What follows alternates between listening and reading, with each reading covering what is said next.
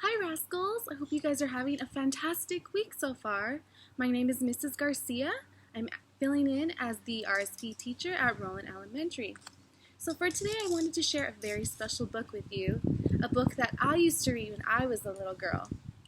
It's a very special book about a very special pig and his very special best friend, a spider. This book is called Charlotte's Web. The pig's name is Wilbur, and the spider's name is Charlotte. So for today, what I wanted to do is I just wanted to read you guys an excerpt from the story.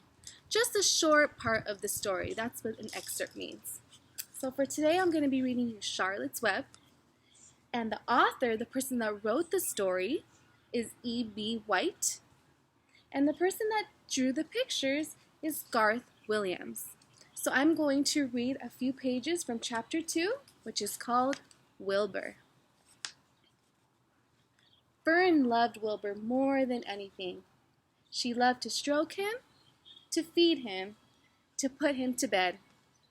Every morning, as soon as she got up, she warmed his milk, tied his bib on, and held the bottle for him.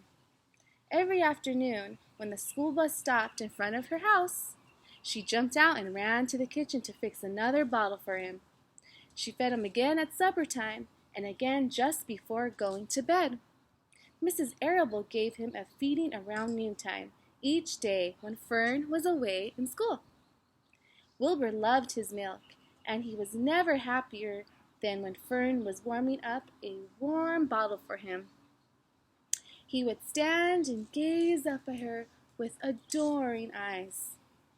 For the first few days of his life, Wilbur was allowed to live in a box near the stove in the kitchen. Then, when Mrs. Arable complained, he was moved to a bigger box in the woodshed. At 2 weeks of age, he was moved outdoors. It was apple blossom time, and the days were getting warmer. Mr. Arable fixed a small yard specially for Wilbur under an apple tree, and gave him a large wooden box full of straw, with a doorway cut into it so he could walk in and out as he pleased. "Won't he be cold at night?" asked Fern. "No," said her father. "You watch and see what he does." Carrying a bottle of milk, Fern sat down under the apple tree inside the yard. Wilbur ran to her and she held the bottle for him while he sucked.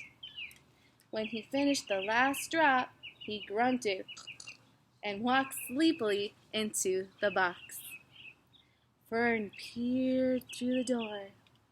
Wilbur was poking the straw with his snout. He crawled into the tunnel and disappeared from sight, completely covered with straw. Fern was enchanted. It relieved her mind to know that her baby would sleep covered up and would stay warm.